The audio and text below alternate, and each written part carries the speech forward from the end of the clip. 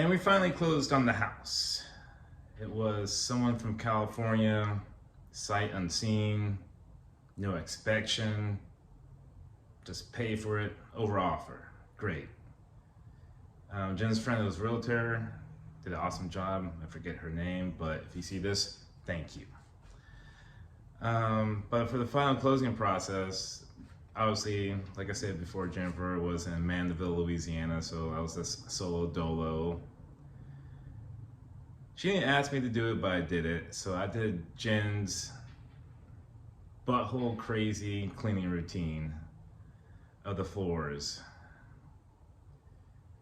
You sweep, you dry Swiffer, you wet Swiffer, and you mop. And I did a whole video of it to show her and whatnot, because she definitely would have wanted that way. I would have just left it a little bit. I would have just took the shop vac around the house a little bit just to make it nice. But like with the cleaning closing, still had to clean a few things out the garage, like didn't sell, ended up just giving away to Goodwill. And her friend Carly,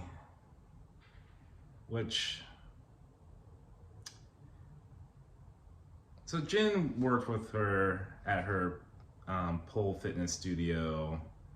Then like it came to a close, and like basically Carly owes Jen 3 G's. I have killed for less, but Jennifer has always had a heart of gold, and she let that shit slide. Even though she was posting on Instagram like, oh, I worked so hard for this new car. I'm like, bitch, you owe people money. Everyone knows it. But that's Jen's problem. I'm not sour about it. But she had a fitness pole and a aerial rig in the garage, and Jen texted her, called her, didn't pick it up. Then finally I had to call her and tell her to come get this shit. And she pulled up in like a U-Haul van, and she was like, you know, I wouldn't have cared you sold this shit. I'm just like, and that pissed me off so much. It pissed me off so much. So when she broke it down, just to get her out of my headspace, because I didn't want to blow up on her, I just started taking that stuff, and I started just chucking it in the U-Haul van, just chucking. And she's just looking at me like, I'm just chucking that shit.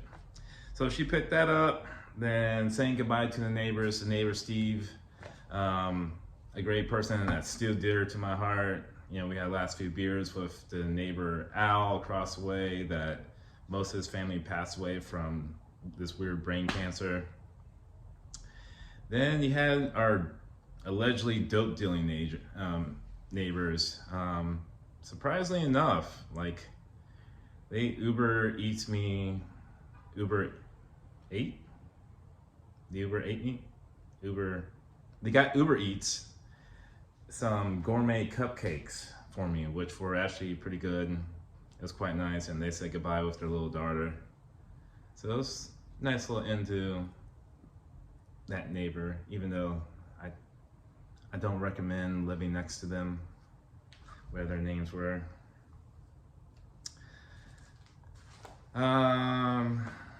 Yeah, it was definitely weird being the last one in the house, because like I stated before, like Jen and I didn't have time to sit in the house and like reflect of like all the funny things that happened or experiences and whatnot. And I really didn't take that time either. It was so strange just being in that empty house without her, without, you know, her mom or her dad or her aunt and uncle there, and like the cats. It was just wild life experience, I tell you. But looking back on it now,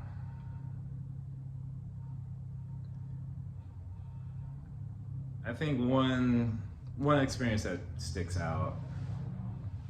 Well, there's a lot of experiences like stick out, but like when I was still living in Flagstaff, Arizona, I drove up for like a few days, and when I came there, like a lot of our mutual friends were there, and like it was like kind of like a small gathering party, and she didn't tell me about that. It was a nice surprise, and that was really cool.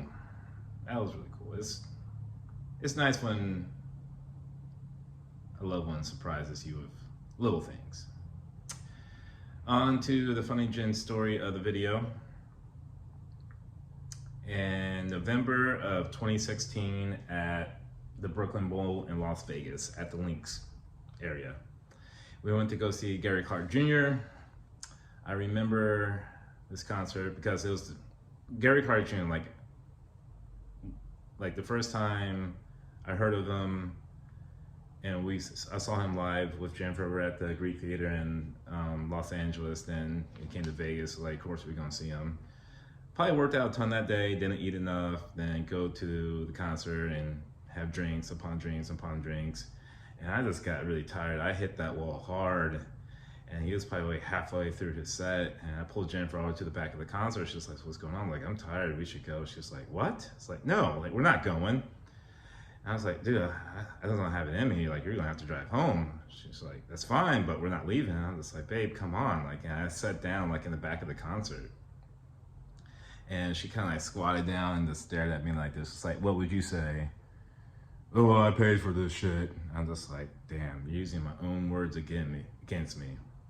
So I got up and enjoyed the rest of the concert. It was a great concert.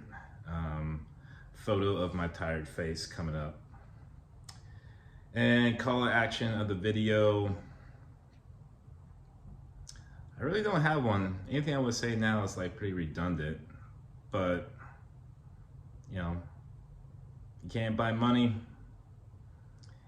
If you're the caretaker, so to speak, or loved one not going through the treatment, just know you have the easiest job, even though it's not fucking easy. And, you know, don't take control from them.